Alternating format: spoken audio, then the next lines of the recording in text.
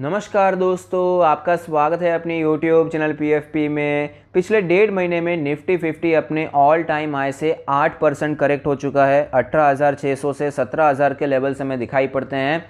और जिस प्रकार की गिरावट लास्ट ट्रेडिंग सेशन में हुई है, नेचुरली मार्केट में डर का माहौल है, क्रैश का माहौल है। कुछ लोग तो ये भी बता रहे हैं कि 13,000 और 14,000 के लेवल से हमें दिखाई पड़ेंगे। तो लॉजिकली समझने की कोशिश करते हैं क्या मार्केट और गिर सकती है, गिरती है तो कौन से लेवल तक गिर सकती है, कहाँ पर सपोर्ट ले सकती है, और सबसे इंपॉर्टेंट हमारी इन्वेस्टमेंट स्ट्रैटेजी क्या होनी चाहिए। सब कुछ इस वीडियो में हम डिस्कस करने वाले हैं। तो शुरुआत करते हैं, कुछ फंडामेंटल एस्पेक्ट्स को समझते हैं जिसके कारण मार्केट पर एक सिग्निफिकेंट इंपैक्ट हमें देखने को मिल सकता है। तो सबसे पहला पॉइंट है इन्फ्लेशन। ग्लोबल कमोडिटीज़ में हाई लेवल इन्फ्लेशन देखने को मिल रहा है, उसमें कोई डाउट नहीं है। लिक्विडिटी बहुत ज़्यादा है, सप्लाई बहुत कम देखने को मिली, स्पेशली लॉकडाउन की वजह से। हालांकि वो सिचुएशन हमें बेहतर होती हुई नजर आई है। और रिसेंटली चाइना में जो डेवलपमेंट हुए हैं उसके कारण आपको मेटल्स के प्राइसेस भी नीचे आते हुए नजर आए। थोड़ी सी सिचुएशन बेटर होती हुई नजर आती है, लेकिन अभी भी इन्फ्लेशन एक हाई लेवल पर है, जो कि मार्केट्स के लिए अच्छी बात नहीं है। कंज्यूमर डिमांड के बारे में बात करें तो ये सेंटीमेंट भी आपको पिछले साल तो खराब होता हुआ नजर आया था, लेकिन फिलहाल जो दिवाली के नंबर्स आए हैं, हाईएस्ट एवर सेल्स देखने को मिल जाते हैं, जिससे क्लियरली पता चलता है कि कंज्यूमर डिमांड तो बहुत स्ट्रांग चल रही है। इंडिया में आपको कंज्यूमर डिमांड का सेंटीमेंट बहुत ही पॉजिटिव नजर आता है, लेकिन एनालिस्ट का मानना है कि अनऑर्गेनाइज सेक्टर में आपको जॉब लॉसेस देखने को मिल सकते हैं, ऐसे देखने को मिले भी होंगे। ये एक प्रॉब्लम का यहाँ पर बताया जा रहा है, जिसके कारण कंज्यूमर डिमांड पर थोड़ा सा हमें यहाँ पर वीक होता हुआ नजर आ सकता है। हालांकि मेरा मानना है ओवरऑल इंडिया में जो कंज्यूमर डिमांड चल रहा है वो स्ट्रांग ही चलता आ रहा है। ये लास्ट ईयर आपको थोड़ा सा प्रॉब्लम देखने को मिला था कोविड की वजह से, लेकिन इस बार जो दिवाली के नंबर्स आए वो क्लियरली दर्शा रहे हैं कि कंज्यूमर डिमांड आपको स्ट्रांग ही रहती हुई नजर आई है। जो ऑनलाइन सेल्स हुआ था फ्लिपकार्ट जैसी, अमेजोन जैसी कंपनीज का, वो भी काफ़ी पॉजिटिव था। तो यहाँ पर आपको ज़्यादा प्रॉब्लम देखने को मिलेगी। इसके कारण निफ्टी में कोई बड़ा इंपैक्ट होगा उसके चांसेस मुझे पर्सनली थोड़े से कम नजर आते हैं। नेक्स्ट है इंटरेस्ट रेट। यहाँ पर ग्लोबली इंटरेस्ट रेट का जो ट्रेंड चल रहा है, एक्सपेक्टेड है कि इंडिया में भी आपको सिमिलर ट्रेंड देखने को मिलेगा। लीडिंग ग्लोबल सेंट्रल बैंकर्स ने तो ऑलरेडी यहाँ पर लिक्विडिटी को टेपरिंग का प्लानिंग कर दिया है, लिक्विडिटी कम करने वाले हैं और बाद में इंटरेस्ट रेट भी बढ़ाने वाले हैं। तो सिमिलर केस सिनेरियो आपको इंडिया में भी देखने को मिल सकता है। इंडिया में भी आपको 25-50 बेसिस पॉइंट्स का इंटरेस्ट बढ़ता हुआ नजर आ सकता है। ये भले ही 0.25 या 0.5% लगता छोटा है, लेकिन जब बड़े लेवल पर होता है इसका इंपैक्ट आपको मार्केट पर देखने को मिलता है। तो इसके कारण आपको निफ्टी में प्रेशर देखने को मिल सकता है, और ये वन ऑफ द रीजंस हैं कि फिलहाल भी क्यों निफ्टी प्रेशर में ही चल रहा है। मार्केट हमेशा पहले से सब कुछ फैक्टर इन करने की कोशिश करता है। नेक्स्ट है गवर्नमेंट एक्शंस। फिलहाल यहाँ पर गवर्नमेंट हाई फिस्कल डेफिसिट लेकर भी ग्रोथ के लिए यहाँ पर पैसा खर्च करने वाली है, जो कि प्लानिंग ऑलरेडी हो भी चुकी है और करते भी आ रहे हैं। और यहाँ पर जो डिसइन्वेस्टमेंट का एजेंडा है वो भी काफ़ी सक्सेसफुली हमें फिलहाल तो एग्जीक्यूट होता हुआ नजर आया। ये जो एयर इंडिया डिसइन्वेस्ट हो चुका है, ये एक सक्सेसफुल यहाँ पर हमें होता हुआ नजर आया। एक पॉजिटिव चीज़ है, जो कि ओवरऑल आगे का भी डिसइन्वेस्टमेंट का प्रोसेस हमें सिमिलरली फॉलो करता हुआ नजर आ सकता है। ऐसी एक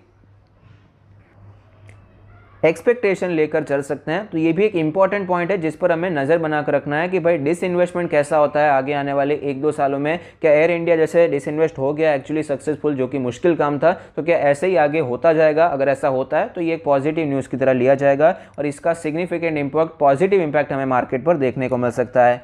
नेक्स्ट है इन्वेस्टर फ्लोज। फिलहाल तो यहाँ पर इन्वेस्टर फ्लोज ही रीज़न है कि क्यों मार्केट में गिरावट देखने को मिल रही है। एक अच्छी जीडीपी ग्रोथ दिखाई पड़ती थी, तो पिछले साल तो यहाँ पर वैल्यू बाइंग देखने को मिली मार्केट्स में, मार्केट क्रैश हो गई। उसके बाद एफआईआईज लगातार खरीदते जा रहे थे, लेकिन फिलहाल जैसे मार्केट हमें ऊपर जाती हुई नजर आई है, पिछले कुछ महीनों से एफआईआईज लगातार यहाँ पर सेलिंग करते जा रहे हैं। अब तक तो डीआईआई सपोर्ट कर रहे थे, लेकिन फिलहाल 1-2 महीने में यहाँ पर डीआईआईज ने अच्छा खासा सपोर्ट नहीं किया, उसे एफआईआई सेलिंग को वो एब्जॉर्ब नहीं कर पाए, इसलिए मार्केट पर आपको वो प्रेशर क्लियरली दिखाई पड़ता है। निफ्टी में गिरावट देखने को मिल जाती है। यूएस डॉलर एक्सपेक्टेड है स्ट्रांग हो जाएगा, हमारे रुपये में आपको वीकनेस देखने को मिलेगी। तो ये भी एक रीज़न है कि क्यों एफआईआईज फिलहाल यहाँ पर निवेश नहीं कर रहे हैं। और ओवर वैल्यूएशन तो आपको नज़र आता है, ओवरबॉट सिचुएशन है, उसमें कोई डाउट नहीं है।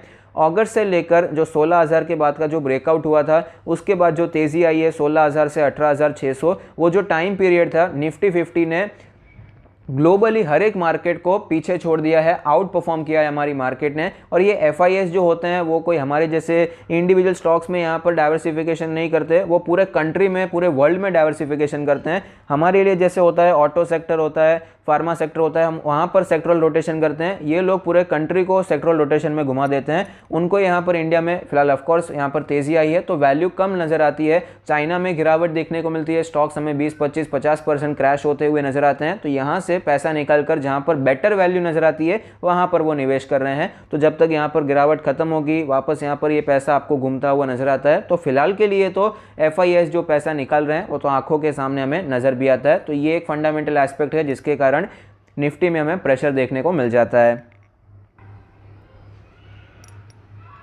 निफ्टी के चार्ट पर हमें क्लियरली पता चलता है कि ये जो लाइन आपको दिखाई पड़ती है यहाँ पर एक हेड एंड शोल्डर पैटर्न हमें देखने को मिल जाता है। ये जो सपोर्ट जब निफ्टी ने तोड़ दिया, ये हमारे लिए पहला इंडिकेशन था कि मार्केट में आपको वीकनेस देखने को मिल रही है। ये गिरावट तो हमें देखने को मिली, लेकिन जो एक सपोर्ट बनकर आता था वो था 17,250 के आसपास का जोन। बहुत ही अच्छे सपोर्ट की तरह में यहाँ पर नज़र आना चाहिए था, क्योंकि एक अच्छा सपोर्ट था। यहाँ पर कंसोलिडेशन हुआ था, थोड़ा सा टाइम बिताया था निफ्टी ने, और यहाँ पर 3 दिन कोशिश की लेकिन निफ्टी सस्टेन नहीं हो पाया, गिरावट देखने को मिली और भारी गिरावट 500 पॉइंट के साथ ये लेवल टूटता है। तो डिसाइसिवली ये लेवल हमें टूटता हुआ नजर आया, गिरावट देखने को मिली, एक प्रॉपर ब्रेकडाउन हमें दिखाई पड़ता है। तो निफ्टी टेक्निकली आपको डेली चार्ट पर वीक नजर आता है।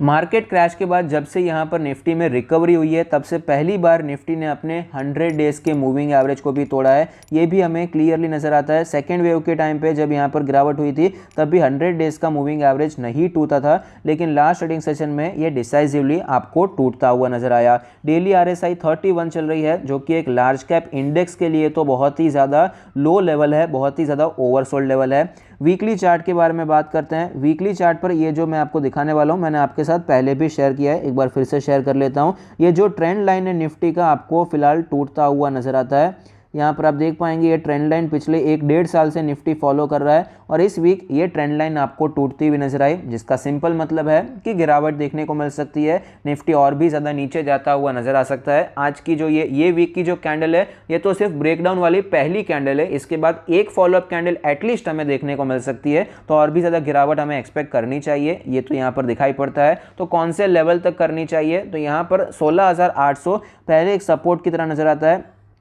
बहुत बड़ा सपोर्ट ये ऑफकोर्स नहीं है, एक छोटा सा सपोर्ट है जहां से हम बाउंस बैक एक्सपेक्ट कर सकते हैं। जिस प्रकार का बाउंस बैक हमें यहां पर देखने को मिला था, तो मेजर सपोर्ट कहां पर नजर आता है? मेजर सपोर्ट है इसके 200 डेज के मूविंग एवरेज पर, जो कि फिलहाल कैलकुलेट होकर आता है 16,130 का लेवल। तो अप्रॉक्सीमेटली 16,200 पर हम एक अच्छा खासा सपोर्ट एक्सपेक्ट कर सकते हैं, जहां पर निफ्टी थोड़ा सा रेस्ट ले सकता है, जहां पर थोड़ा सा साइडवेज मूवमेंट आपको देखने को मिल सकता है। तो दिसंबर के लिए 16,200 के लेवल्स एक्सपेक्ट करने चाहिए, उसमें कोई डाउट नहीं है। यहाँ पर चार्ट पर क्लियरली नजर आता है। बीच में ऑफकोर्स यहाँ पर आपको थोड़े से जंप देखने को मिलेंगे, मार्केट थोड़ी सी रिकवर होती हुई नजर आएगी। जिस प्रकार की रिकवरी यहाँ पर देखने को मिली, वैसी सेम रिकवरी आपको 16,800 पे दिखाई पड़ सकती है, वापस 17,000 पे जा सकता है। ये सब होता हुआ नजर आ सकता है। लेकिन ओवरऑल फिलहाल जिस प्रकार का मूवमेंट चल रहा है, जिस प्रकार की सपोर्ट हमें टूटती हुई नजर आई है, उस प्रकार से 16,200 का लेवल ईजिली यहाँ पर अचीव हो सकता है, उसमें कोई बड़ी बात नहीं है। तो क्या यहाँ पर जो बताया जा रहा है कि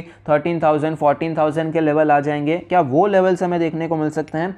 मेरे हिसाब से इतनी ज़्यादा गिरावट मार्केट में देखने को नहीं मिलेगी, क्योंकि नीचे के साइड पे बहुत ही अच्छे और स्ट्रॉन्ग सपोर्ट्स दिखाई पड़ते हैं, जो कि मैं आपको यहाँ पर दिखाना भी चाहूँगा। सारे मूविंग एवरेजेस में हटा देता हूँ। यहाँ पर हमें 2 महीने का कंसोलिडेशन दिखाई पड़ता है। जून जुलाई में 2 महीने मार्केट ने कंसोलिडेट किया, उसके बाद ब्रेकआउट देखने को मिला। तो ये जो 16,000 का लेवल है, ये बहुत ही ज़्यादा इंपॉर्टेंट लेवल है। अभी मार्केट का सेंटीमेंट थोड़ा सा ख़राब हो गया है, वॉलेटिलिटी बढ़ गई है, तो सिर्फ 16,000 पे हम यहाँ पर निर्भर नहीं रह सकते। थोड़ा अगर हम इससे थोड़ी 500 पॉइंट की और जगह दे देते हैं, तो ये जो 15,500 से 16,000 का जो पूरा जोन है, बहुत ही स्ट्रॉन्ग सपोर्ट है, और ये लेवल टूटेगा उसके चांसेस मुझे पर्सनली तो बहुत ही ज़्यादा कम नज़र आते हैं। मेरा मानना है कि ये लेवल हमें टूटता हुआ नज़र नहीं आएगा। यहाँ पर ये साइडवेज मूवमेंट लेके थोड़ा सा वापस आपको ऊपर जाता हुआ नजर आएगा, वापस आपको यहाँ पर तेज़ी कंटिन्यू रहती हुई नजर आएगी। तो 15,500 से करके 16,000 का जो जोन है, कुछ लोगों को ये थोड़ा सा बड़ा जोन लग सकता है, लेकिन मेरे हिसाब से ये कोई बड़ा जोन नहीं है। 500 पॉइंट की गिरावट तो लास्ट ट्रेडिंग सेशन में ही देखने को मिली है, तो निफ्टी को इतना स्पेस तो हमें देना चाहिए जहाँ पर निफ्टी सपोर्ट लेने की कोशिश कर सकता है। अगर इतनी गिरावट होती है जिस प्रकार का मैं आपको एनालिसिस करके बता रहा हूं कि 16,200 16,000 के लेवल्स आते हैं, तो इससे क्या होगा, इसका जो वीकली आरएसआई है, वीकली आरएसआई 52 चल रहा है, वो आपको 40 तक आता हुआ नजर आएगा। और निफ्टी के लिए 40 का जो वीकली आरएसआई है लॉन्ग टर्म के लिए बहुत अच्छा सपोर्ट रहा है। जब भी यहाँ पर आता है बाइंग एमर्ज होती हुई नजर आती है तो वीकली आरएसआई भी कूल ऑफ हो जाएगा। मंथली चार्ट के बारे में बात करें जो कि फिलहाल 72 पे चल रहा है, ये भी आपको 60 58 55 तक आता हुआ नजर आएगा। तो यहाँ पर भी आपको कूल ऑफ देखने को मिल सकता है। तो ये कुछ पॉइंट्स हैं कि यहाँ पर क्यों मुझे लगता है कि मार्केट में थोड़ी सी गिरावट आपको कंटिन्यू रहती हुई नजर आ सकती है। हमें ना ही बुल बनना है ना ही बियर बनना है, जिस प्रकार का मार्केट है उसे अडेप्ट करना है, एक्सेप्ट करना है मार्केट में क्या चल रहा है, उसी हिसाब से अपना प्लान बनाना चाहिए। तो अब इन्वेस्टमेंट प्लान के बारे में बात करते हैं। तो यहाँ पर जिस प्रकार की मार्केट अभी तक बनी हुई थी, मैंने आपको पहले भी बताया था कि 17,200 एक स्ट्रॉन्ग सपोर्ट है और वहाँ पर अपना जो इन्वेस्टमेंट आप टोटल पैसा लगाना चाहते हैं उसका एक हिस्सा लगा सकते हैं। तो मैं अज्यूम करता हूँ आपने लगाया है, नहीं लगाया तो अभी आपके फेवर में, अच्छी बात है, आपको और सस्ता मिल रहा है। लेकिन बाय चांस आपने यहाँ पर 17,200 पे इन्वेस्टमेंट कर दिया है तो नेक्स्ट ट्रांच ऑफ इन्वेस्टमेंट कहाँ करना चाहिए, तो नेक्स्ट ट्रांच ऑफ इन्वेस्टमेंट 16,200 पे एक बहुत ही अच्छा लेवल है जहाँ पर आप इन्वेस्टमेंट की शुरुआत कर सकते हैं। इस जोन में यहाँ पर आप इन्वेस्टमेंट करने के बारे में सोच सकते हैं। मेरे हिसाब से 17,200 हो गया, 16,200 हो गया, उसके बाद मार्केट में बाय चांस गिरावट होती है तो जो हमारा 15,500 का सपोर्ट है वहाँ पर आप लास्ट ट्रांच ऑफ इन्वेस्टमेंट कर सकते हैं। मेरा पर्सनली मानना है कि 2 बार इन्वेस्टमेंट करना है या फिर 3 बार, मेरे हिसाब से 3 बार एक बेहतर चॉइस होती है जिससे हम अच्छे खासा एवरेजिंग पे कर सकते हैं। और यहाँ पर इन्वेस्टमेंट कहाँ करना है, हम आपको स्टॉक्स आपको रेगुलरली वीडियोस में डिस्कस करते आ रहे हैं, उसमें आप इन्वेस्टमेंट कर सकते हैं या फिर ETF में इन्वेस्टमेंट कर सकते हैं। ETF पर ऑलरेडी हमने एक डिटेल वीडियो बना दिया है जिसकी लिंक आपको टॉप राइट कॉर्नर पर मिल जाएगी। ETFs में भी इन्वेस्टमेंट किया जा सकता है, बहुत ही अच्छा इन्वेस्टमेंट है ETF। इंडेक्स फंड में कर सकते हैं, म्यूचुअल फंड के द्वारा करना चाहें तो वो भी एक बेहतर ऑप्शन नजर आता है। और SIPs को प्लीज कंटिन्यू रखिए, SIPs को बिल्कुल स्टॉप नहीं करना। SIPs फिलहाल ये गोल्डन टाइम है, SIPs आपको कंटिन्यू रखना चाहिए, टॉप अप करना चाहिए। जो लेवल्स हमने आपको बताया वहाँ पर आप टॉप अप करना चाहें तो वो भी कर सकते हैं, क्योंकि एक्चुअली SIPs जितना नीचे के लेवल पर होती है उतना ज़्यादा बेहतर रिटर्न्स आपको लॉन्ग टर्म में दिखाई पड़ता है। तो फिलहाल जो आपके पास लमसम अमाउंट है तो लेवल्स पर आप थोड़ा थोड़ा करके लमसम अमाउंट 3 ट्रांचेस में इन्वेस्टमेंट करने के बारे में सोच सकते हैं। और SIPs को तो आपको कंटिन्यू रखना ही रखना है, उसमें कोई डाउट नहीं है। SIP सिस्टमैटिक इन्वेस्टमेंट प्लान है। गिरावट के टाइम पर आपको SIP में ज़्यादा यूनिट्स मिलती है तो SIP फिलहाल तो रोकने की गलती मेरे हिसाब से नहीं करनी चाहिए। आपका क्या व्यू है मार्केट पर, मुझे कमेंट बॉक्स पे जरूर बताइए। Thank you, stay happy, happy investing.